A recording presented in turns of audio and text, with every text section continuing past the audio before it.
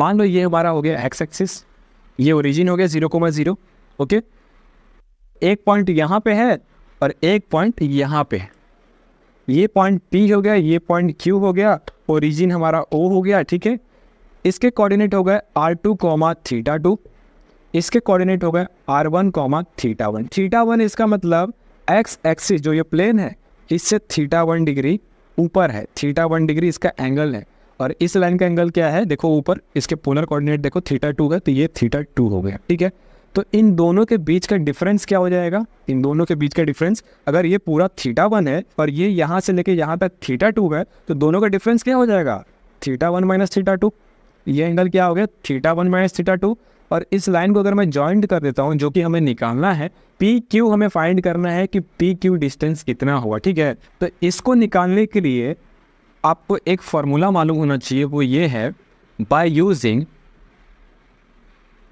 Cosine formula. Cosine formula, sine formula याद आ रहा है कुछ? मैं इसके अंदर कोसाइन फार्मूला इस ट्रायंगल के अंदर लगाऊंगा। हमारे पास जो ट्रायंगल है OPQ, इन ट्रायंगल OPQ, इस ट्रायंगल के अंदर मैं कोसाइन फार्मूला लगा के मैं PQ डिस्टेंस को फाइंड करूंगा, ठीक है।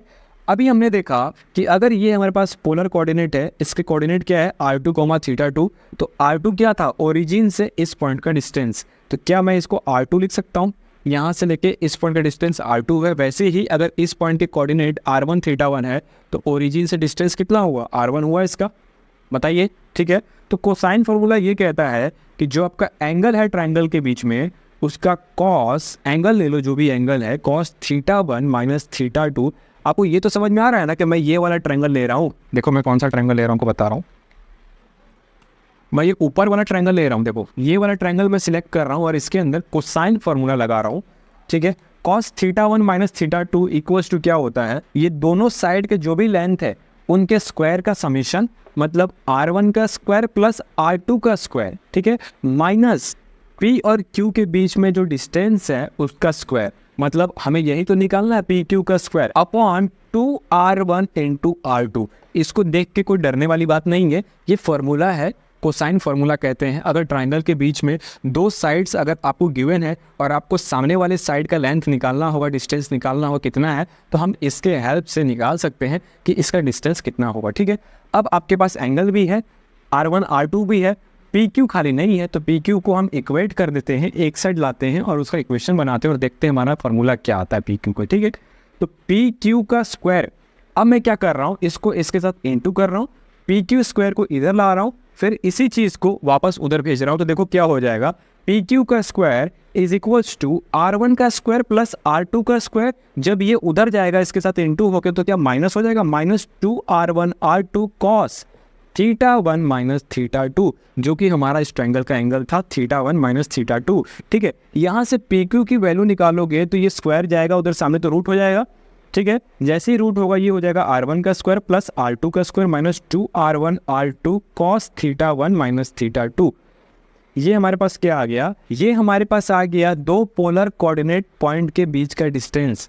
आप कोसाइन रूल लगाओ, सिंपली फार्मूला निकालो, ये फार्मूला ये है, इसके हेल्प से आप दो कोऑर्डिनेट जो भी इसके पोलर कोऑर्डिनेट होंगे उसके बीच का डिस्टेंस निकाल लो, ठीक है। अब ये फार्मूला याद नहीं करना, मैं नहीं कहता हूँ कोई भी फार्मूला याद करो, इसीलिए पूरा डिराइवेशन दे रहा हूँ। आप सिर्फ इसी कंसेप्ट को याद मत रखो, आप ये भी याद रखो कि अगर ऐसा ट्रायंगल आता है, आपके पास थीटा गिवन है, दो साइड्स के लेंथ गिवन है, तो सामने वाले का लेंथ आप इजीली निकाल सको। ये चीज़ मैं सिखाना चाहता हूँ इसके अंदर। फार्मूला तो सभी याद कर लेते हैं, लेकिन कंसेप्ट इसके अंदर छिपा है कि कोसाइन फार्मूले के हेल्प से आप ट्रायंगल के अंदर तीसरा साइड भी निकाल सकते हो, अगर आपके पास थीटा गिवन है और दो लेंथ गिवन है साइड के, तो ठीक है। आई होप आपको ये कंसेप्ट समझ में आया होगा कि किसी भी दो पॉइंट के बीच में डिस्टेंस कैसे निकालते हैं, ठीक है। अब चलिए आगे बढ़ते हैं और समझते हैं कि अगर आपके पास 3 पॉइंट से ट्रायंगल बनता है, अगर किसी भी 3 कोऑर्डिनेट से आपके पास ट्रायंगल बनता है तो उसका एरिया कैसे निकालेंगे, उसके बाद सेक्शन फार्मूला समझेंगे। तो चलिए आगे बढ़ते हैं। नेक्स्ट टॉपिक है हमारा area of a triangle. Area of a triangle, हम लोगों ने देखा अगर एक पॉइंट है, इसको हम लोग कोऑर्डिनेट बोल रहे हैं, पॉइंट को हमने क्या बोला, कोऑर्डिनेट बोला, ठीक है। 2 पॉइंट है और दोनों को मैच करोगे, मर्ज करोगे, तो ये एक लाइन होता है। क्या होता है, लाइन होता है, ठीक है।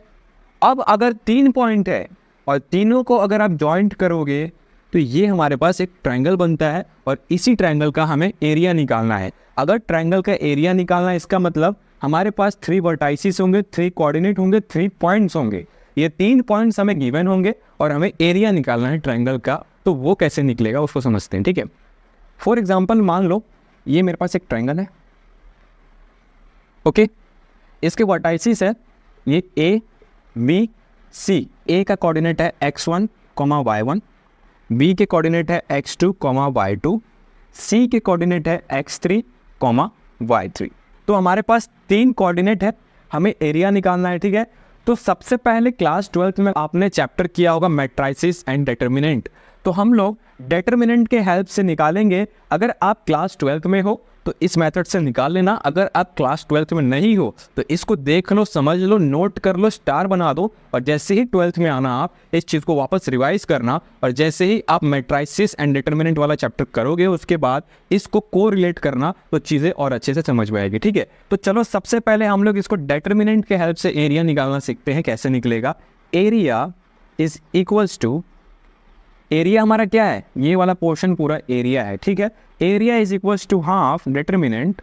अब आपके पास कोऑर्डिनेट क्या है, x1 y1, x2 y2, x3 y3, ठीक है। तो कुछ इस तरीके से आपको रखना है, x1 y1 1, x2 y2 1, x3 y3 1।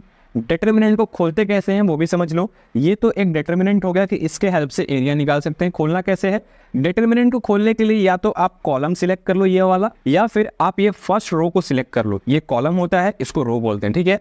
तो अगर आप कॉलम से खोलते हो तो सबसे पहले ये वाला एलिमेंट सिलेक्ट करोगे, तो आपको इस एलिमेंट से कुछ इस तरीके से हाइड कर लेना है सीधी वाली लाइन, और इस लाइन के 90 डिग्री पे जो है इसको भी हाइड कर लेना है, मतलब ये एलिमेंट अभी के लिए नहीं है, ठीक है। तो अगर आप इसका लिखोगे फॉर्मूला तो कैसे बनेगा, देखो अंदर में लिख रहा हूँ, x1 आपने जो सिलेक्ट किया उसको लिख लेना है x1, ठीक है। उसके बाद क्या करना है, ऐसे आपको हाइड कर देना है, ये दोनों लाइन से इन दोनों को हाइड कर देना है। उसके बाद आपको कुछ इस तरीके से मल्टीप्लाई करके इसको इससे, फिर इसको इससे, इसको इससे मल्टीप्लाई करके, मतलब y2 इंटू 1 करके माइनस इसको मल्टीप्लाई कर देना है, मतलब इसको पहले मल्टीप्लाई करना है माइनस इसको मल्टीप्लाई करना है, ठीक है। तो मैं क्या लिख सकता हूँ, y2 माइनस y3। जो भी 12th में है उनको ये सब चीज़ें आती होंगी, जो 11th में है सिर्फ नोट कर ले, समझ ले थोड़ा सा, उसके बाद आप 12th में आओगे सारी चीज़ें क्लियर हो जाएंगी। डरने वाली बात नहीं है, ठीक है। आपको नहीं आएगा, 11th में बहुत सारी चीज़ें होती है, बहुत सारे बच्चों को नहीं आता, लेकिन चेज करना हमारी जिम्मेदारी होती है, ठीक है।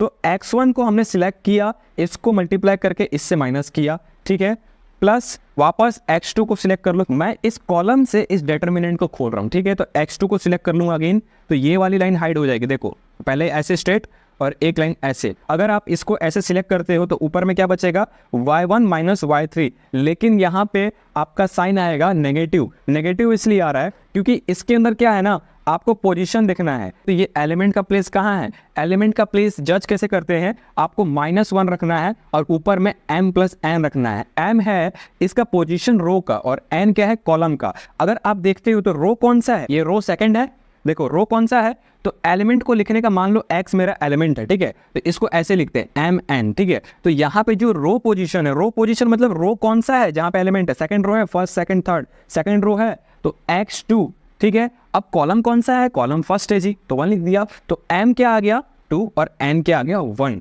तो यहाँ पे अगर आप रखते हो ये हर एलिमेंट के आगे रहता है। यहाँ पे पॉजिटिव इसलिए हो गया क्योंकि यहाँ पे 1,1 होता है एलिमेंट का पोजीशन। यहाँ पे अगर आप देखते हो तो 2,1 है, इसीलिए अगर आप यहाँ पे वैल्यू रखोगे ना m प्लस n मतलब 2 + 1, तो ये ऑड आ रहा है, -1 का पावर 3 करोगे तो -1 ही आएगा। इसीलिए यहाँ पे आपको माइनस साइन रखना है, ठीक है। यहाँ पे क्या करना है, माइनस साइन रखना है। अब आप इसको खोल सकते हो, y1 माइनस y3 लिख सकता हूँ मैं, ठीक है।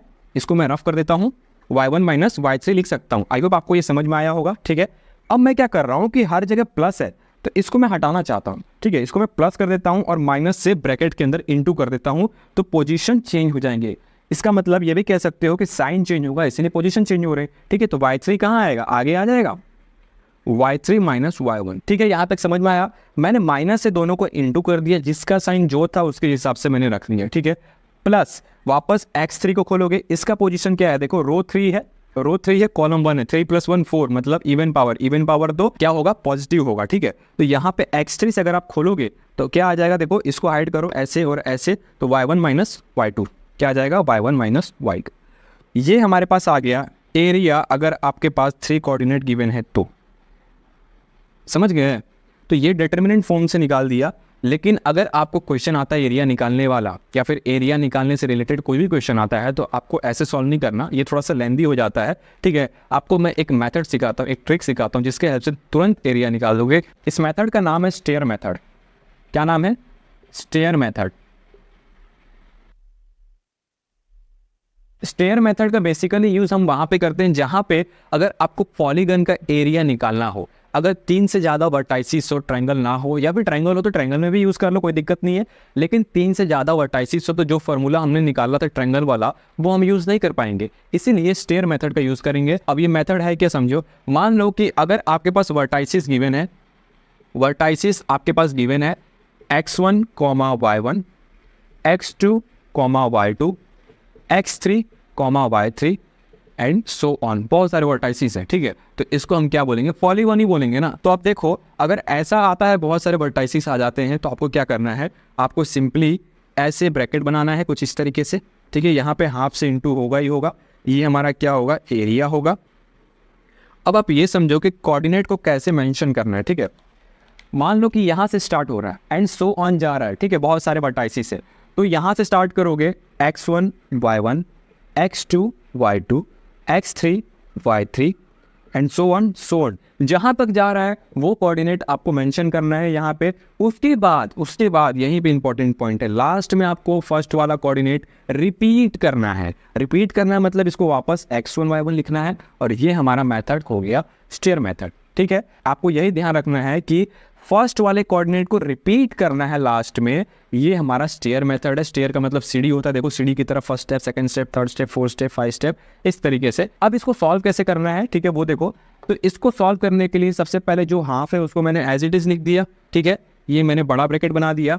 सॉल्व करने का तरीका देख लो, जैसे हम लोग डिटर्मिनेंट में सॉल्व करते हैं, पहले इसको इससे इंटू करना है एज इट इज, इसको इससे इंटू करना है एज इट इज, इसको इससे इंटू करना है, इस तरीके से कुछ इंटू करते जाना है, और लास्ट वाला एलिमेंट तो बच जाएगा ना। देखो जब आप इससे इंटू करोगे इससे y1 से, तो ये वाला एलिमेंट बच जाएगा, ठीक है। तो कुछ इस तरीके से आपको इंटू कर लेना है जितने भी एलिमेंट है उसके साथ, ठीक है। मान लो मैंने इंटू कर लिया, यहाँ पे क्या है x1 y2 प्लस वापस x2 y3 प्लस x3, यहाँ पे y4 होगा, x3 y4 and so on. ये ब्रैकेट को क्लोज कर दो, ठीक है। उसके बाद माइनस करना है, हमने इसको इससे इंटू करके क्रॉस में सबको ऐड करके यहाँ पे लिख दिया। नेक्स्ट स्टेप है माइनस करने के बाद क्या करना है उसको समझो। माइनस में क्या करोगे, अब आपको अपोजिट इंटू करना है, y1 से x2 को इंटू करना है, कुछ इस डायरेक्शन में, डायरेक्शन चेंज करना है, ऐसे इंटू करते जाना है। तो अब क्या होगा, x1 के साथ इंटू हो जाएगा और y1 यहाँ पे बच जाएगा, ठीक है। तो चलिए इसको इंटू करते हैं, y1 को x2 से इंटू करोगे, y1 इंटू x2, ठीक है। देखो वापस y2 into x3 plus y2 into x3 plus y3 into x4, y3 into x4 plus so on. ये ब्रैकेट हो गया क्लोज। तो ये हमारा हो गया स्टेयर मेथड, ठीक है। आपने देखा सिंपली हम इसको इंटू करते जा रहे हैं क्रॉस में इस तरीके से, ठीक है। जितने भी एलिमेंट है सबको इंटू कर दो, उसके बाद माइनस उसके क्रॉस वाले एलिमेंट से वापस इंटू करो इसके अपोजिट डायरेक्शन में। ये आप ट्रायंगल के लिए भी यूज कर सकते हो, मैं अभी इसको यूज करके दिखाऊंगा एक एग्जाम्पल के अंदर, ठीक है। आई होप आपको ये समझ में आया होगा स्टेयर मेथड क्या होता है। अब चलो एक क्वेश्चन सॉल्व करते हैं, एक एग्जाम्पल को देखते हैं क्या ये स्टेयर मेथड वाला फॉर्मूला काम कर रहा है, एक्चुअल में आंसर निकाल पा रहा है कि नहीं, ठीक है। तो चलिए इसको मैं रफ करता हूँ और इसके बाद सॉल्व करेंगे एक एग्जाम्पल। यहाँ पे मैंने ग्राफ बना दिया कुछ इस तरीके से, ठीक है। यहाँ पे 2 यूनिट है, मतलब x = 2 है, और यहाँ पे y = 1 है, ठीक है। इन दोनों को मैंने ऐसे जॉइंट कर दिया कुछ इस तरीके से, ओके। ये ट्रायंगल आप देख सकते हो, ये वाला ट्रायंगल। अब चलो इसके कोऑर्डिनेट निकालते हैं, उसके बाद इसके अंदर स्टेयर मेथड से लगाकर देखेंगे कि आंसर क्या आता है, और फिर जनरली जो ट्रायंगल का एरिया निकालते हैं half into base into height से, वो भी निकालेंगे और देखेंगे क्या वो दोनों आंसर मैच करते हैं या नहीं, ठीक है। हमारा टारगेट यही है, हम दोनों साइड से चेक करेंगे, जो हमें आता है वो रख देंगे, उसके बाद जो सीखा है उसका यूज़ करके हम चेक करेंगे क्या एग्जैक्टली उसका आंसर मैच कर रहा है या नहीं, ठीक है ना। ये फॉर्मूला बहुत इंपॉर्टेंट है, अभी नोट कर लिया करो, अपना कुछ एग्जांपल सेट किया करो किसी भी कंसेप्ट के अंदर, आपको लंबा याद रहेगा, इसलिए मैं कहता हूँ, ठीक है। ओके, तो ये ट्रायंगल हो गया आपका। अब इस ट्रायंगल के अंदर अगर मैं कोऑर्डिनेट निकालता हूँ तो मान लो ये मेरा फर्स्ट कोऑर्डिनेट, ये तो ओरिजिन होता है 0,0 हो गया। सेकंड कोऑर्डिनेट ये है, एक्स एक्सिस पे y0 होता है, इसका मतलब x2 है, y0 है। इस कोऑर्डिनेट के पास x0 होता है क्योंकि y एक्सिस पे है, तो 0,1 क्योंकि y 1 है। कोई दिक्कत यहाँ तक? कोई दिक्कत नहीं है भैया, ठीक है। चलिए अब इसका एरिया निकालते हैं स्टेयर मेथड से। स्टेयर मेथड कहता है हाफ इंटू ब्रैकेट बनाइए और सारे कोऑर्डिनेट को रख दीजिए और लास्ट में फर्स्ट वाला कोऑर्डिनेट रिपीट कर दीजिए, इतना ही कहता है स्टेयर मेथड, ठीक है। तो मान लो ये मेरा पॉइंट ए हो गया, ये बी हो गया, ये सी हो गया। तो ए के x1 y1 रखो 0 1, उसके बाद बी के 0,0, ठीक है, उसके बाद सी के 2,0, इस तरीके से रख दिया। मोस्ट इंपॉर्टेंट क्या है, फर्स्ट वाले को रिपीट करना है 0,1, देखो इसको रिपीट कर दिया। एंड में फर्स्ट वाले कोऑर्डिनेट को रिपीट करना है, ठीक है। अब चलिए सॉल्व करते हैं। सॉल्व करने के लिए क्या बताया था, इस तरीके से क्रॉस में इंटू करना है, पहले हाफ रख दिया है, ठीक है। Bracket 0 into 0 0 plus 0 into 0 0 plus 2 into 1 2 minus, अब ऐसे इंटू करोगे 1 इंटू 0 0 0 इंटू 2 0 0 इंटू 0 0। लो जी, ये क्या आ गया, हाफ। ये आपका हो गया 2 minus 0 which is equals to half into 2 which is equals to 1। ये क्या आ गया, हमारा एरिया आ गया। यहाँ से एरिया आ रहा है 1 स्क्वायर यूनिट। अच्छा, यहाँ से तो आ गया, हमने फॉर्मूला लगा दिया, हमारे पास कोऑर्डिनेट थे और हमने उसके अंदर स्टेयर मेथड लगा के एरिया निकाल दिया 1 स्क्वायर यूनिट। अब हम लोग जनरली फार्मूला यूज़ करेंगे और इस ट्रायंगल का एरिया निकालेंगे। ये चीज़ आप भी कर सकते हो क्योंकि ये एक ट्रायंगल है, ट्रायंगल का एरिया क्या होता है आपको पता है। इसका बेस कितना है, इसका बेस है x इक्वल्स टू 2, इसका मतलब इसका बेस 2 हो गया। हाइट कितना है, 1 है क्योंकि y इक्वल्स टू 1, इसलिए हाइट 1 हो गया। तो क्या आप इस ट्रायंगल का एरिया निकाल सकते हो? आप इस ट्रायंगल का एरिया क्या हो जाएगा, ये एक राइट एंगल ट्रायंगल है, तो एरिया हो जाएगा half into base into height. Half into base कितना है 2 इंटू हाइट कितना है 1, 2 से 2 कैंसल, 1 स्क्वायर यूनिट। इसका भी आंसर आ गया। तो भैया जो आपने स्टेयर मेथड सिखाया, जो भी अपने सारे फॉर्मूले सिखाए वो सारे सही है। तो ऐसे ही आपको भी चेक करना है, कोई भी फॉर्मूला कोई भी चीज़ सीखते हो ना, उसके बाद एज इट इज़ अपना एक एग्जाम्पल सेट करो। जो भी चीज़ सीखते हो ना उससे आप रिलेट करोगे तो चीज़ें अच्छे से याद रहेगी, क्योंकि सिलेबस बहुत वास्ट है, सारी चीज़ें याद नहीं रख सकते, इसीलिए कनेक्ट किया करो। अगर आप एक दूसरे पॉइंट को, जो भी चीज़ सीखा है और जो भी चीज़ नहीं है उसको जोड़ दोगे ना, तो कहीं ना कहीं वो भी आपके लिए पुरानी बनती जाएगी और आपको याद रहेगा, ठीक है। तो आई होप आपको stair method, area of triangle निकालना समझ में आया होगा। अब चलते हैं आगे बढ़ते, समझते सेक्शन फार्मूला क्या होता है, बहुत इंपॉर्टेंट स्ट्रेट लाइन के पर्पज से। नेक्स्ट टॉपिक बहुत इंपॉर्टेंट टॉपिक है सेक्शन फार्मूला। क्या है सेक्शन फार्मूला? सेक्शन का मतलब क्या समझते हो? सेक्शन का मतलब होता है किसी भी चीज़ को 2 पार्ट में डिवाइड करना, उसका रेशियो क्या होगा, है ना। तो वही बात करेंगे कि अगर एक लाइन को 2 पार्ट में डिवाइड करते हैं, उसके रेशियो गिवन होते हैं, तो वो कौन सा कोऑर्डिनेट है जो कि उस लाइन को m रेशियो n में डिवाइड करेगा, ठीक है। चलिए देखते हैं इसको। मान लीजिए ये हमारे पास एक ग्राफ हो गया, ठीक है। ये पॉइंट A हो गया, ये पॉइंट B हो गया, ठीक है। ये बीच वाला पॉइंट ही डिवाइड कर रहा है m रेशियो n में।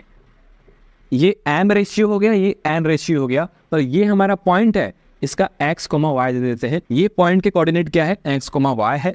यही पॉइंट इस लाइन को m रेशियो n में डिवाइड दे रहा है, इसी को हम बोलते हैं सेक्शन फार्मूला, ठीक है। मतलब एक लाइन को आप सेक्शन में डिवाइड कर रहे हो, एक लाइन को आप किसी भी एक पॉइंट रख के उस लाइन पे आप बोल रहे हो कि ये पॉइंट इस लाइन को m रेशियो n में डिवाइड कर रहा है, ठीक है। तो चलिए इसका वैल्यू निकालते हैं, x और y की वैल्यू क्या होगी वो फाइंड करेंगे। उससे पहले हम लोग a और b के कोऑर्डिनेट देते हैं। a का कोऑर्डिनेट मान लो x1, y1 हो गया और b का कोऑर्डिनेट x2, y2 हो गया। तो अभी अगर आप देखते हो तो यहाँ पे मैं एक ट्रायंगल कुछ इस तरीके से ड्रॉ करूँगा और यहाँ पे एक और ट्रायंगल मैं कुछ इस तरीके से ड्रॉ करूँगा। एक ट्रायंगल हमारा ये हो गया और एक ट्रायंगल हमारा ये हो गया, ओके, ठीक है जी। ये पॉइंट हमारा P पॉइंट हो गया, जो ये पॉइंट इस लाइन को m रेशियो n में डिवाइड कर रहा है, वो पॉइंट को P बोल दिया। ये Q हो गया और ये R हो गया। इस पॉइंट को मैं x एक्सिस तक एक्सटेंड कर देता हूँ, एज इट इज़ इसको भी एक्सटेंड करता हूँ, एज इट इज़ इसको भी एक्सटेंड करता हूँ। इसको एक्सटेंड इसलिए कर रहा हूँ कि जब मैं इसके डिफरेंस लूँगा x एक्सिस y एक्सिस में, तो आपको एग्जैक्टली समझ में आया कि मैं कर क्या रहा हूँ, ठीक है। तो अगर आप देखते हो तो ये दोनों ट्रायंगल सिमिलर है। कैसे? देखिए, ये हमारा बेस है दोनों लाइन पे और दोनों का स्लोप सेम है, तो ये एंगल सेम हो गया दोनों का, ये एंगल सेम हो गया, 90 डिग्री सेम है। है कि नहीं बताइए, एंगल सेम है और ये वाला एंगल भी सेम होगा, ठीक है। तो ये हमारा सिमिलर ट्रायंगल हो गया। सिमिलर ट्रायंगल के अंदर अगर आप देखते हो तो कॉरस्पॉन्डिंग साइड्स का रेशियो सेम होता है, ठीक है। तो वही रेशियोज को मैं सेम करके मैं यहाँ से एक्स और वाई की वैल्यू लाने की कोशिश करता हूँ, ठीक है। तो सबसे पहले अगर ये दोनों ट्रायंगल में देखते हो तो इनके साइड्स का रेशियो क्या होगा, सेम होगा, ठीक है। तो यहाँ पर मैं रेशियोज को सेम कर रहा हूँ, ठीक है। तो सबसे पहले ए और पी पॉइंट का रेशियो ले रहा हूँ इसके साथ पी बी पॉइंट के साथ, ठीक है। तो मैं लिख सकता हूँ A P ratio P B, समझ रहे हो इस चीज़ को, इसका रेशियो मैंने इसके साथ ले लिया, ठीक है। इज इक्वल्स टू नीचे वाले बेस का रेशियो इसके साथ लूंगा तो क्या लिख सकता हूँ, A Q divide by this P R, ठीक है, समझ में आ रहा है। अब मैं इस वाले साइड का इसके साथ रेशियो ले रहा हूँ तो क्या होगा, देखो ऊपर हो जाएगा पी क्यू ये वाला डिवाइड बाई बी आर, ये हमारे पास कॉरस्पॉन्डिंग साइड्स के रेशियो आ गए जो कि सिमिलर होते हैं अगर आपके पास दो ट्रायंगल सिमिलर है तो, ठीक है। अब देखो ए पी क्या है हमारा, ए पी एम है, एम लिख दो, डिवाइड बाई पी बी क्या है, पी बी हमारा एन है। ये रेशियो है जो कि इस लाइन को डिवाइड कर रहा है एम रेशियो एन में, ठीक है। अब आप ए क्यू निकालोगे, ए और क्यू क्या है, ए क्यू का डिस्टेंस है, ठीक है। तो ये हमारा एक्स का डिस्टेंस है, तो एक्स का डिस्टेंस मतलब एक्स के कोऑर्डिनेट का डिफरेंस जो भी निकलेगा वो हमारा ये लेंथ होगा, ये डिस्टेंस होगा। तो यहाँ पे कोई कोऑर्डिनेट दिख रहा है, देखो ऊपर में दिख रहा है इसके जस्ट ऊपर, जो कोऑर्डिनेट यहाँ पे एक्स का होगा वही कोऑर्डिनेट ऊपर भी तो होगा, ठीक है। x माइनस x1 इसको लिख सकता हूँ कैसे, देखो ये वाला पॉइंट क्या है, x, y है, मतलब यहाँ से यहाँ तक का डिस्टेंस x है, और ये वाला पॉइंट क्या है x में, x1 है, तो यहाँ से यहाँ तक x1 है, तो ये वाला डिस्टेंस क्या हो जाएगा, x माइनस x1, देखो x माइनस x1, समझ में आ रही है। वैसे ही अगर आप इसका निकालोगे तो यहाँ पे x से x2 मतलब x2 का डिस्टेंस ये हो गया आपका यहाँ से लेके यहाँ तक, और यहाँ से लेके यहाँ तक तो x था ही, तो ये वाला क्या हो जाएगा, x2 minus x, x2 minus x। आपको समझ में आया। एज इट इज आपको इस पे भी काम करना है, इन दोनों पे भी काम करना है, ठीक है। तो हम पहले काम कर लेते हैं, उसके बाद सारे फॉर्मूले यहाँ पे रख देंगे, सारे इक्वेशन डिफरेंस जो भी है उसको रखेंगे और फिर उसका वैल्यू निकालेंगे तो x और y की वैल्यू आ जाएगी, ठीक है। तो अगर आप इसका डिफरेंस निकालोगे तो y की वैल्यू देखो इस पॉइंट पे क्या है, इस पॉइंट पे y कोऑर्डिनेट क्या है, y है, और इस पॉइंट पे y कोऑर्डिनेट क्या है, इस पॉइंट पे y1 है। तो इसका डिफरेंस क्या हो जाएगा, देखो इस पॉइंट पे आपका y है और नीचे वाले पे है y1, तो ये वाला डिफरेंस क्या हो जाएगा, y माइनस y1, बड़े में से छोटे को घटाओगे तो y माइनस y1 आ जाएगा आपका डिफरेंस। तो ये क्या हो गया, y माइनस y1। समझ में आ रहा है ये सारी चीजें, आई होप आपको समझ में आ रहा होगा। वैसे ही अगर आप इसका निकालोगे तो ऊपर में y2 है, यहाँ से लेकर यहाँ तक का y कोऑर्डिनेट क्या है, y है, तो डिफरेंस क्या हो जाएगा, y2 माइनस y। अब सारे डिफरेंस सारे लेंथ हमारे पास गिवन है साइड के, तो क्या आप यहाँ पे रख सकते हो। ए क्यू क्या था, ए क्यू हमारे ये वाला लाइन था, इसका क्या आया x माइनस x1, रख दो यहाँ पे x minus x1 divide by P R, ये हमारा p है, ये हमारा r है, इसका क्या आया देखो यहाँ पे नीचे x2 minus x1, x2 minus x1, कोई दिक्कत। उसके बाद pq देखो, pq क्या हमारा, pq ऊपर से लेकर यहाँ तक डिस्टेंस आ रहा है, मतलब y माइनस y1 हमारा क्या है, pq है, ठीक है। उसके बाद क्या है br, br यहाँ पे देखो br है, br यहाँ से लेकर यहाँ तक है, इसका मतलब डिफरेंस क्या आया था हमारा, y2 माइनस y, ये हमारा डिफरेंस आया था। अब आप इसको एट अ टाइम x से इक्वल करके इक्वेट करके आप यहाँ से x की वैल्यू निकालोगे, और उसके बाद अगेन आपको इसी को इसके साथ इक्वेट करना है और यहाँ से y की वैल्यू निकालनी है, और वही हमारा x और y होगा। तो देखो मैं निकालता हूँ, सबसे पहले m डिवाइड बाई n को मैं इसके साथ इक्वल कर रहा हूँ, x minus x1 divide by x2 minus x1, ठीक है। दोनों साइड इंटू कर दो, इधर इंटू करोगे तो क्या हो जाएगा, मैं थोड़ा सा डायरेक्ट लिख रहा हूँ, स्पेस कम है, m x2 minus m x1 is equals to n x minus n x1। यहाँ पे एक मिस्टेक हुआ है, ये जो आप डिफरेंस देख रहे हो x2 माइनस x वाला मतलब पी आर वाला, पी आर कहाँ था, यहाँ पे था, तो ये हमारा x1 नहीं होगा, x होगा, x2 माइनस x है। तो जो हमने यहाँ पे x1 रखा है उसको हम x कर देंगे, m के साथ इंटू किए तो इसको भी x कर देंगे, ठीक है। x वाले सारे टर्म एक साइड ले लो, क्योंकि हमें x ही तो निकालना है, x ही तो कोऑर्डिनेट है हमारा, ठीक है। तो x वाले सारे टर्म एक साइड ले लो, मतलब इसको मैं इधर शिफ्ट कर लेता हूँ और इसको मैं इधर शिफ्ट कर लेता हूँ, ठीक है। तो क्या हो जाएगा देखो, एन एक्स प्लस ये उधर जाएगा तो एम एक्स, इसको इधर भेजोगे तो एम x2 जो था एज इट इज प्लस हो जाएगा एन x1, सच दैट अगर आप यहाँ से x कॉमन ले लोगे तो अंदर क्या बचेगा, m plus n is equals to, ये सारे टर्म को एज इट इज लिख दो, m x2 plus n x1, ठीक है। यहाँ से x की वैल्यू क्या आ जाएगी बता दो, x की वैल्यू आ जाएगी यहाँ से x इक्वल्स टू, ये यहाँ से इंटू में है तो डिवाइड में जाएगा, तो m x2 plus n x1 divide by m plus n। अब सिर्फ ये फॉर्मूला निकाल के छोड़ के याद करने वाला काम नहीं है, इसको समझना है कि अगर m रेशियो मेरा यहाँ पे है और ये पॉइंट x1 y1 है, तो m के साथ जो x कोऑर्डिनेट इनटू हो रहा है वो इसके साथ वाला कोऑर्डिनेट नहीं है, उसके सामने वाला कोऑर्डिनेट होगा। ये चीज़ दिमाग में डालना कि mx2 जो भी रेशियो जिस पॉइंट पे डिवाइड कर रहा है इस पॉइंट पे इस वाले कोऑर्डिनेट के पास, तो इसके सामने वाले के साथ m को इनटू करना है x के साथ, तो वो हमारा क्या होगा, x कोऑर्डिनेट। कुछ इस तरीके से आप इस पॉइंट का निकाल सकते हो। एज इट इज अगर आप इसको m अपॉन n को y minus y1 divide by y2 minus y से इक्वेट करोगे तो वहां से एज इट इज वैल्यू आ जाएगी, आप इक्वेट कर लेना, ठीक है। m अपॉन n को y minus y1 divide by y2 minus y से इक्वेट कर लेना, वहां से y की वैल्यू क्या आ जाएगी, देख लो, y equals to my2 plus ny1 divide by m plus n। तो यही हमारा सेक्शन फार्मूला है, और ये फार्मूला जो निकला है ये इंटरनली डिवीजन है। क्या है, इंटरनल डिवीजन के लिए है। ये जो फार्मूला निकला है ये इंटरनल डिवीजन के लिए है। आपको याद कैसे रहेगा कि ये इंटरनल का है और जो मैं आगे सिखाऊंगा वो एक्सटर्नल का है। देखो, दो पॉइंट के बीच में मतलब इंटरनली बीच में आ रहा है, दो पॉइंट के बीच में एक ऐसा पॉइंट है जो कि उस लाइन को m रेशियो n में डिवाइड कर रहा है, तो उसको बोलेंगे इंटरनल डिवीजन, ठीक है। ये सारे इंटरनल डिवीजन के फॉर्मूले हैं। क्यों भैया, इसलिए याद करना है क्योंकि दो पॉइंट के बीच का मतलब होता है इंटरनल, दो पॉइंट के बीच के मतलब अंदर ही है ना जी, तो उसको क्या बोलोगे, दो पॉइंट के बीच का मतलब इंटरनल डिवीजन। तो यहाँ पे ये इंटरनल डिवीजन हो रहा है, ठीक है। तो आई होप आपको ये समझ में आया होगा इंटरनल डिवीजन क्या है, ठीक है। अब चलो एक्सटर्नल डिवीजन देखते हैं। एक्सटर्नल डिवीजन, एक्सटर्नल डिवीजन इसके अंदर क्या होगा, आपके पास दो पॉइंट गिवन रहेंगी, कोई बाहरी पॉइंट आके इस पॉइंट को m रेशियो n में डिवाइड करेगा, बाहर से आएगा। हम लोगों ने इंटरनल डिवीजन के अंदर देखा कि दोनों पॉइंट के बीच में ही कोई ऐसा पॉइंट था जो कि m रेशियो n में डिवाइड कर रहा था, लेकिन एक्सटर्नली में मान लो ये दो पॉइंट है, तो ये कोई बाहर से पॉइंट आएगा x, y जो कि इसको m रेशियो n में डिवाइड करेगा, इस पॉइंट को एक्सटर्नली कर रहा है, मतलब इन दोनों के बीच में है, इस बार नहीं है, इससे पहले था बीच में, इसलिए ये हमारा एक्सटर्नली डिवीजन है, ठीक है। चलिए समझते हैं, इसका फॉर्मूला डिराइव करते हैं, कैसे क्या होता है, सब चीज़ों को समझते हैं। सपोज मान लीजिए ये हमारा ग्राफ हो गया, ओके। हमारे पास दो पॉइंट है, ये पॉइंट ए हो गया और ये पॉइंट बी हो गया, ठीक है। इसको हम जॉइंट कर देते हैं। इसका कोऑर्डिनेट है x1, y1, इसका कोऑर्डिनेट है x2, y2। यहाँ पे कोई एक ऐसा पॉइंट है जो कि इस लाइन को डिवाइड कर रहा है। रेशियो कैसे लेना देख लो, ये m रेशियो ऐसे m रेशियो में डिवाइड करेगा इस पॉइंट को, और इसको n रेशियो में कुछ इस तरीके से डिवाइड करेगा। तो ये हमारा पॉइंट मान लो P मान लेता हूँ इसको, इसके कोऑर्डिनेट है x, y। यही हमें निकालना है कि बाहरी कोई ऐसा पॉइंट है एक्सटर्नल डिवीजन कर रहा है इस पॉइंट को, तो इसका x और y की वैल्यू क्या होगी, चलो निकालते हैं, ठीक है। उसको निकालने से पहले सबसे पहले अगर आप देखते हो तो यहाँ पर भी हमें सिमिलरिटी ऑफ ट्रायंगल का यूज़ करना पड़ेगा। तो इस लाइन को मैं एक्सटेंड कर देता हूँ और इसको जॉइंट कर देता हूँ। मान लो ये हमारा पॉइंट H हो गया, ओके। इसको भी मैं यहाँ पे मर्ज कर देता हूँ कुछ इस तरीके से, ये हमारा पॉइंट K हो गया, ठीक है। ये A हो गया, ये P हो गया, ये B, ये K और ये H। ये जो छोटा वाला ट्रायंगल है हमारा, इसका एंगल और इसका एंगल सिमिलर होगा, बताइए।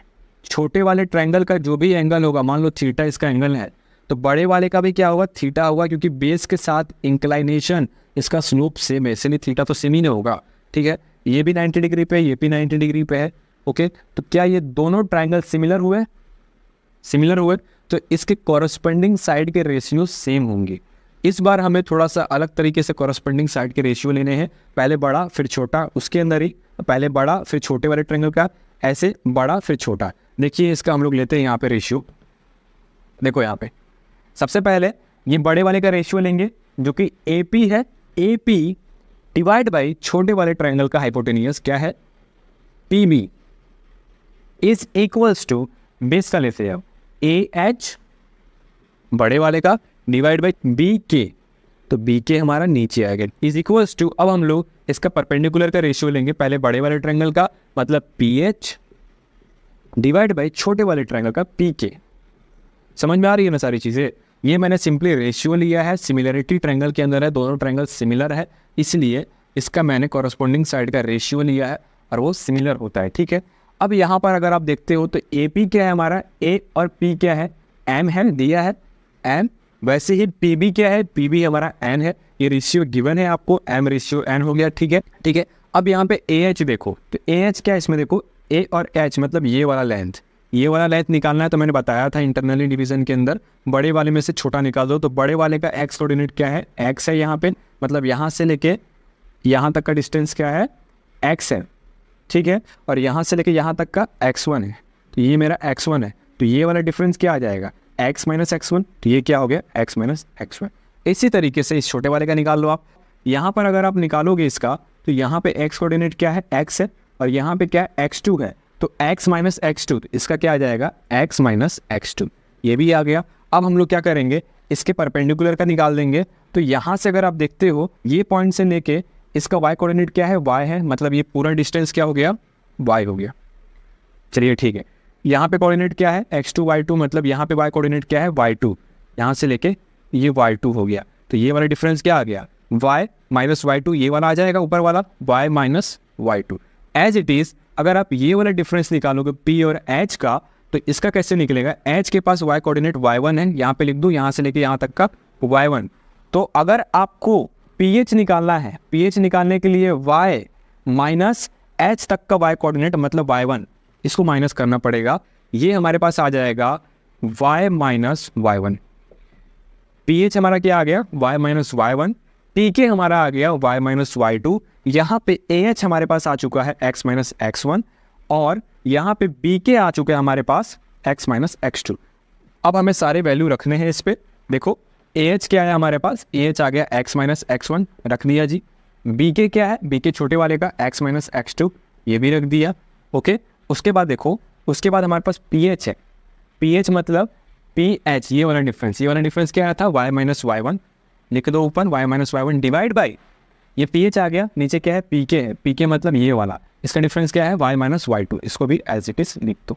सिमिलरली जो हमने इंटरनली डिवीजन में किया था, आपको इसको एक बार एट अ टाइम इक्वेट करना है, उसके बाद सेकंड टाइम इसको इसके साथ इक्वेट करना है। इसके साथ इक्वेट करोगे तो x निकलेगा, इसको अगेन इसके साथ इक्वेट करोगे तो y निकलेगा। तो सबसे पहले मैं x निकाल रहा हूँ, तो मैं यहाँ पे लिख रहा हूँ m divide by n is equals to x minus x1 divide by x minus x2, दोनों साइड इंटू कर रहा हूँ डायरेक्ट। देखो mx minus mx2 is equals to nx minus nx1, x वाले सारे टर्म एक साइड ले लो, ठीक है। ये nx को मैं इधर लाता हूँ, तो mx minus nx equals to mx2 उधर जाएगा तो प्लस हो जाएगा, तो mx2 minus nx1। Okay, x common निकाल लो यहाँ से, m माइनस n ब्रैकेट में आ गया, x कॉमन आ गया, mx2 माइनस nx1 पहले से ही था। x की वैल्यू क्या आ गई, देखो mx2 minus nx1 divide by m minus n, सब कुछ सेम है, सिर्फ नेगेटिव साइन आया है। यही है हमारा एक्सटर्नल डिवीजन। अगर आप m बाई n रेशियो को y minus y1 divide by y minus y2 से इक्वेट करोगे, तो यहाँ से y की वैल्यू आ गई my2 minus n/1 divide by m minus n।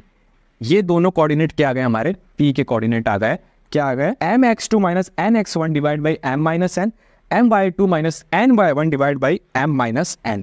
ये हमारे पास x और y कोऑर्डिनेट आ गए। अब इसके अंदर भी देखने वाली बात ये है कि mx2, अब देखो जो हमारा m का रेशियो है वो a पॉइंट से लेकर p पॉइंट तक का है। जिस भी रेशियो के साथ जो कोऑर्डिनेट होगा उसके ऑपोजिट वाला कोऑर्डिनेट लेना है, मतलब m इंटू x2 कर रहे हैं। x2 कोऑर्डिनेट इस लाइन में है, कहीं पे नहीं है। देखो यहाँ पे 2 पॉइंट है जो कि m के बीच में है, लेकिन x2 सामने वाला लेना है। वैसे ही जैसे आप n लोगे तो n के साथ ये वाला कोऑर्डिनेट है, तो इसको नहीं लेना, सामने वाले को लेना है, मतलब nx1। इस तरीके से याद करना है आपको, मैंने भी ऐसे याद किया था, इसलिए ऐसे याद करोगे तो लंबा याद रहेगा, ठीक है। अब चलो एक एग्जाम्पल सॉल्व करते हैं, समझते हैं ये इक्वेशन काम कैसे करता है। आई होप आपको समझ में आ गया होगा सारी चीज़ें, ठीक है। अब एक बार एग्जाम्पल देख लो, थोड़ा सा विजुलाइज कर लो, थोड़ा सा प्रैक्टिकली समझ लो, उसके बाद सारी चीज़ें आसान हो जाएगी। तो हमने पढ़ा अभी सेक्शन फॉर्मूला। मान लो यहाँ पे एक पॉइंट ए है ओरिजिन पे, इसके कोऑर्डिनेट क्या हो जाएंगे, 0,0 ऑलरेडी गिवन है, ठीक है। ये बी पॉइंट है हमारा और इसके कोऑर्डिनेट क्या है, 4,0, x 4 है और y 0 है, ठीक है। ये 2 पॉइंट है। बीच में एक ऐसा पॉइंट है जहाँ पे x हमारा 3 है और y हमारा 0 है, ये गिवन है और हमें निकालना भी है फॉर्मूले के हेल्प से, ठीक है। चलिए, ये 3,0 इसका मतलब ये हमारा 3 हो गया और ये हमारा 1 हो गया, मतलब ये पॉइंट ये दोनों को 3:1 में डिवाइड कर रहा है। मान लो m हमारा 3 हो गया और n हमारा 1 हो गया। समझ में आ रहा है ना आपको, सब कुछ गिवन है। अब हम फार्मूला लगाएंगे और भूल जाएंगे थोड़ी देर के लिए कि हमारे पास ये वाला कोऑर्डिनेट गिवन है यहाँ पे, ये वाला हमें फार्मूले के हेल्प से निकालना है। जबकि प्रैक्टिकली हमने देख लिया कि ये एक ऐसा पॉइंट है जो कि 3:1 में ये दोनों पॉइंट को डिवाइड कर रहा है, इस लाइन को डिवाइड कर रहा है, ठीक है। अब देखिए, अब सबसे पहले ये जो पॉइंट डिवाइड कर रहा है ये हमारा इंटरनल डिवीजन है। इंटरनल डिवीजन के फॉर्मूले क्या आते हैं देख लो। अगर हमें x और y निकालना है, मान लो x और y कोऑर्डिनेट हमारे ये हैं, तो इसके फॉर्मूले क्या थे, mx2 plus nx1 divide by m plus n, comma my2 plus ny1 divide by m plus n। ये हमारे पास क्या आए थे, इसके कोऑर्डिनेट आए थे जो कि इंटरनली डिवीजन कर रहा था जब पॉइंट m/n में, तो इसका ये आया था, ठीक है। हमारे पास m है n है, ये दो पॉइंट है, हमें ये निकालना है क्या ये आ रहा है कि नहीं, चलो चेक करते हैं, ठीक है। m क्या है हमारा 3 है, 3 रख दिया, इनटू x2 मतलब सामने वाला पॉइंट, m अगर ये है तो x2 क्या होगा 4 होगा, 4 रख दिया, प्लस n क्या है 1 है, x1 क्या है 0, ठीक है। m प्लस n क्या हो जाएगा 3 + 1 4 हो जाएगा, ठीक है, as it is. y coordinate निकालोगे तो m क्या है 3 और y2 क्या है 0, y2 हमारा 0 है, प्लस n क्या है 1, y1 भी हमारा 0 है, डिवाइड बाई 3 + 1, ठीक है। ऊपर वाला इंटू करो, 3 × 4 = हो जाएगा 12, प्लस 1 × 0 है 0 डिवाइड बाई 4, कॉमा 3 × 0 0 होता है 0, प्लस 1 × 0 0 होता है, डिवाइड बाई 3 + 1 4 होता है, ठीक है। इसको मैं यहाँ पे सॉल्व करता हूँ। यहाँ पर अगर आप देखते हो तो 12 डिवाइड बाई 4 बचेगा, तो 12 डिवाइड बाई 4 क्या हो जाएगा 3 हो जाएगा, एक कोऑर्डिनेट आ गया 3, दूसरा 0 डिवाइड बाई 4 करोगे तो 0 ही आएगा।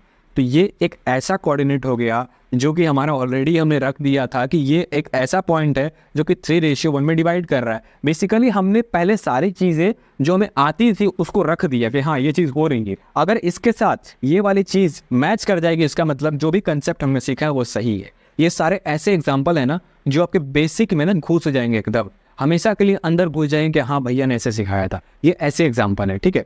तो आई होप आपको समझ में आया होगा। पहले मैंने एक ऐसा पॉइंट रख दिया 3,0 जो कि ये दोनों पॉइंट को 3:1 में डिवाइड कर रहा था। सिंपल सी बात है ना, अगर मुझे सब कुछ नोन है, यहाँ पे 0,0 है, यहाँ पे 3,0 है, यहाँ पे 4,0 होगा, तो यहाँ से यहाँ तक का डिस्टेंस क्या होगा 3 होगा, और यहाँ से यहाँ तक का 1 होगा, तो रेशियो क्या होगा 3:1। तो कोऑर्डिनेट तो हमें नोन था, लेकिन हमने फॉर्मूला लगाया और चेक किया तो वही आया। ऐसे ही एक्सटर्नली भी लगा के देखेंगे और देखते हैं क्या वैल्यू मैच करता है कि नहीं, ठीक है। तो चलिए इसको मैं रफ कर दूं। अब मैं मानता हूं कि मेरा ये एक्सटर्नल डिवीजन पॉइंट है। क्या है? एक्सटर्नल डिवीजन पॉइंट, ये है एक्सटर्नल, यही हमें निकालना है। अगर आप यहाँ से यहाँ तक का डिस्टेंस देखोगे तो ये क्या है, ये है 4, मतलब m हमारा 4 हो गया, ठीक है। इस पॉइंट से इस पॉइंट तक का रेशियो क्या है 1, इसका मतलब n हमारा 1 हो गया। यहाँ से यहाँ तक का डिस्टेंस 1 है, इसलिए n हमारा 1 हो गया, ठीक है। हमें ये दिया है, ये दिया है, रेशियोज दिए हैं, ये पॉइंट निकालना है, यही पॉइंट आ गया, इसका मतलब सही ये फॉर्मूला जो कि हमने पढ़ा था, ठीक है। तो चलिए देखिए यहाँ पे हमारे पास फॉर्मूला क्या था, x, y। फॉर्मूला हमारे पास ये था mx2 minus nx1 divide by m minus n, comma my2 minus ny1 divide by m minus n।